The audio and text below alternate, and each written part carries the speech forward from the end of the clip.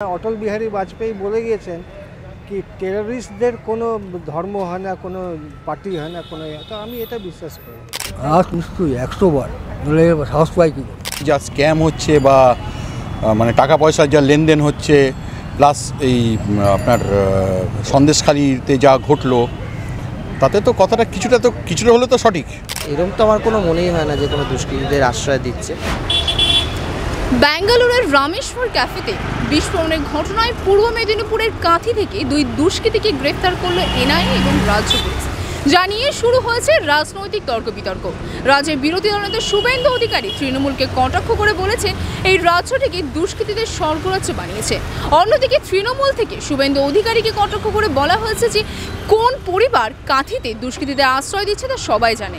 তো চলুন সাধারণ মানুষের কাছ থেকে জেনে নেব যে তাদের এই বিষয়ে কি মত। সত্যি কি পশ্চিমবঙ্গকে দুষ্কৃতীদের আশ্রয় দিচ্ছে? পশ্চিমবঙ্গে থাকেন, আপনি কি সত্যি বিশ্বাস করেন যে দুষ্কৃতীদের আশ্রয় দিচ্ছে পশ্চিমবঙ্গ? অ্যাডমিনিস্ট্রেশন তো কোনো দিন এটাকে মানে সাপোর্ট করবে না। কোনো রকম কোনো অসুবিধে হলে তো অ্যাডমিনিস্ট্রেশনেরও তো অসুবিধে হচ্ছে।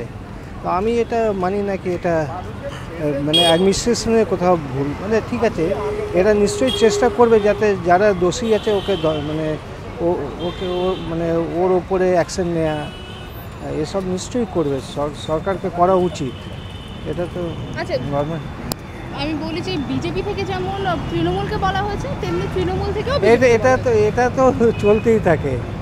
এক অন্য মানে বিজেপি শাসিত রাজ্যেও তো এমনি ভুলভাল মানে জিনিস হয়। আর এসব যা অটল বিহারী বাজপেয়ী বলে গিয়েছেন কি টেররিস্টদের কোনো ধর্ম হয় না, কোনো পার্টি হয় না, কোনো তো আমি এটা বিশ্বাস করি। পশ্চিমবঙ্গকে মমতা বন্দ্যোপাধ্যায় ঠিকই বলেছে। দুষ্কৃতীদের আশ্রয় দিচ্ছে পশ্চিমবঙ্গে। নিশ্চয়ই 100 বার নইলে সাহস পাই কি করে? অন্য দিক থেকে তৃণমূল থেকেও তো বলছে যে কাঁথিতে তো শুভেন্দু অধিকারীর জায়গা, তাহলে সেখানে কারা দিচ্ছে, কোন পরিবার দিচ্ছে?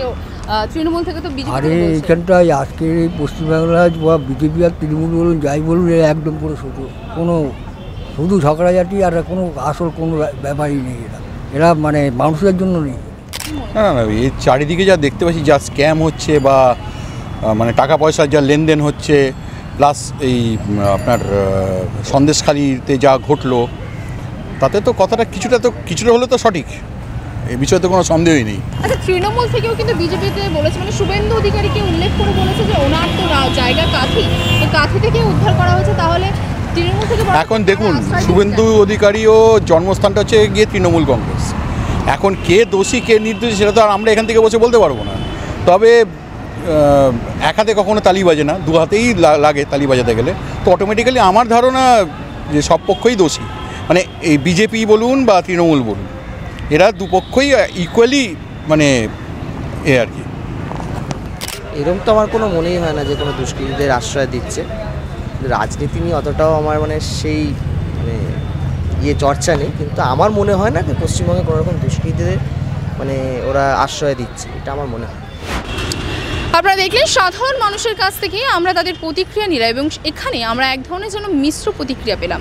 কেউ বলছে বিজেপি ঠিক, কেউ বলছে তৃণমূল, আবার কেউ বলছে বিজেপি তৃণমূল কেউ ঠিক নয়। ক্যামেরা শ্রীতার সঙ্গে নীলম দাস রিপোর্টিং, বাংলা হান্ট, কলকাতা।